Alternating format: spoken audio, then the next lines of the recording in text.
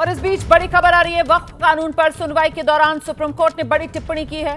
Board में ex officio member के अलावा मुस्लिम सदस्य ही हो, यह सुप्रीम कोर्ट की तरफ से कहा गया है। वक्फ कानून पर सुनवाई के दौरान सुप्रीम कोर्ट की यह बड़ी टिप्पणी, बोर्ड में एक्स ऑफिशियो मेंबर्स के अलावा मुस्लिम सदस्य ही हो, यह सुप्रीम कोर्ट की तरफ से टिप्पणी की गई है। सीधे आपको लेकर चलेंगे, हमारे साथ हमारे सहयोगी अंकित गुप्ता इस वक्त मौजूद हैं। अंकित, जरा बताइए विस्तार से अभी की स्थिति क्या है और उसमें सुप्रीम कोर्ट की यह टिप्पणी की एक्स ऑफिशियो जो भी अधिकारी हैं उसके अलावा सिर्फ मुसलमान ही बोर्ड के अंदर सदस्य बनाए जाए।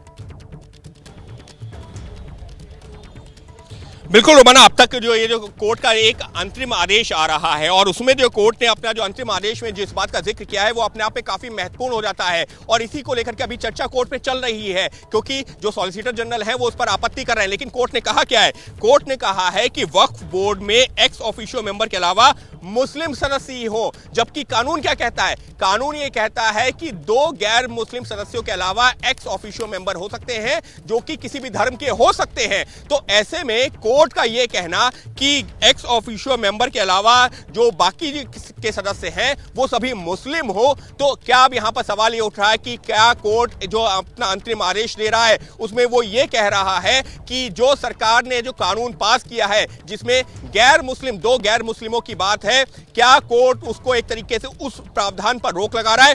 क्लियरिटी मिलना बाकी है। क्यों? क्योंकि अभी तुषार मेहता ने, जब कोर्ट ने यह बात कही है, उस पर आपत्ति दर्ज करवाई है। तुषार मेहता ने कहा है कि हम इसका कड़ा विरोध कर रहे हैं। तुषार मेहता का कहना है कि अभी किसी बोर्ड का कार्यकाल खत्म नहीं हो रहा, पीआईएल याचिकाओं को सुनकर ऐसा आदेश नहीं देना चाहिए, कोई वक्फ बोर्ड यहां पर नहीं आया है। यानी कि तुषार मेहता ये बताने की कोशिश कर रहे हैं कि अभी किसी जो है वक्फ बोर्ड का कार्यकाल खत्म नहीं हो रहा है। ऐसा नहीं है कि जो है अभी यहां पर कोई वक्फ बोर्ड आ गया हो, आपको ऐसे जो है अंतरिम आदेश नहीं देना चाहिए बिना डिटेल में सुने हुए। अभी तक की जो सुनवाई हुई है उससे यही समझ में आ रहा है रोमाना, हालांकि अभी सुनवाई जारी है, फिर दोहरा रहा हूं, लेकिन कोर्ट ने जो अंतरिम आदेश में जो बात कही है उससे इशारा यही मिल रहा है कि कोर्ट ये कहना चाह रही है कि ये जो कानून है जिसमें ये प्रावधान किया गया है कि वक्फ काउंसिल में 2 गैर मुस्लिम सदस्यों के अलावा एक्स ऑफिशियो मेंबर जो किसी भी धर्म के हो सकते हैं वो रखा जाएगा। तो कोर्ट ने अभी तक के अपने जो अंतरिम आदेश में जो की जानकारी मिली है ये कहा है कि एक्स ऑफिशियो मेंबर जो कि सरकारी ओहदे के व्यक्ति होते हैं उनको छोड़ करके सभी सदस्य मुस्लिम होंगे। और ये इस वक्त के लिए एक बहुत बड़ी खबर है, क्योंकि इसको लेकर के अभी भी जो है अभी ये लीजिए एक बड़ी खबर ये आ गई है कि आज कोई आदेश जो है विस्तृत नहीं आ रहा है, कल दोपहर 2 बजे सुनवाई जारी रहेगी। तो निश्चित तौर पर अभी जो है कुछ चीजों को लेकर के संशय बना हुआ है कि कोर्ट ने जो एक्स ऑफिशियो मेंबर को लेकर के बात कही है, जो सिर्फ सभी सदस्य मुस्लिम रहेंगे, ये जो बात कही है ये अंतरिम आदेश का हिस्सा है या फिर कोर्ट की सिर्फ एक टिप्पणी है? लेकिन जिस तरीके से अदालत की तरफ से, सीजीआई की तरफ से साफ किया गया है कि आज कोई आदेश नहीं है और ऐसे में बोर्ड में एक्स ऑफिशियो मेंबर्स के अलावा मुस्लिम सदस्य ही हो, ये एक सुप्रीम कोर्ट की तरफ से इस मामले में सुनवाई के दौरान की गई टिप्पणी हो सकती है। फिलहाल आपको बता दें कल दोपहर 2 बजे से एक बार फिर इस मामले पर सुनवाई होगी। इसका मतलब यह कि आज के दिन की सुनवाई पूरी हो गई है अंकित, और आज के दिन की सुनवाई में क्या कुछ हुआ है सिलसिलेवार तरीके से जरा जल्दी से दर्शकों के सामने रखिए अंकित गुप्ता।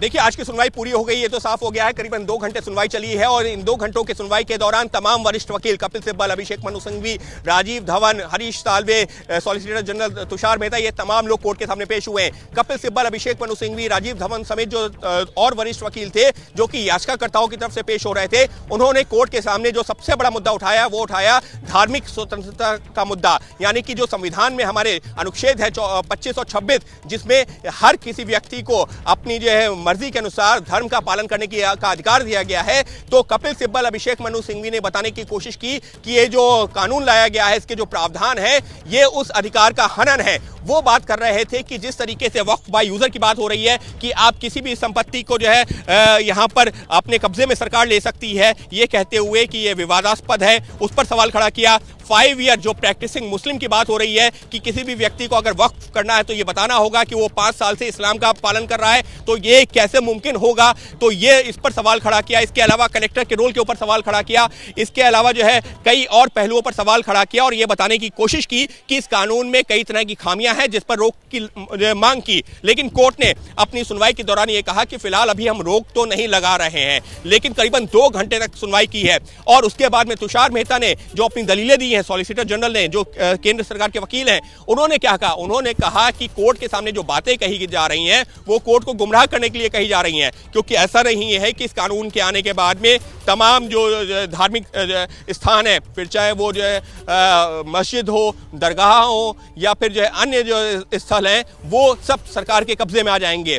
वो जैसे हैं वो वैसे बने रहेंगे। हाँ, जो डिस्प्यूटेड मामले हैं, यानी कि जो मामले पहले से ट्राइब्यूनल में हैं या जिनको लेकर के विवाद है, ये जो कानून है ये उनको लेकर के तो अलग ये कहता है कि हाँ वो मामले उसी तरह से चलते रहेंगे।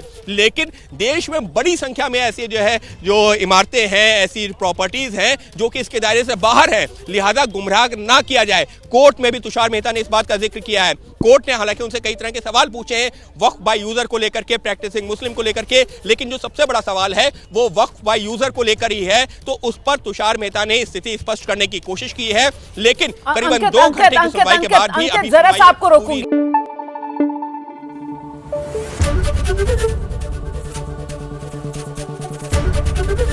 एबीपी न्यूज आपको रखे आगे।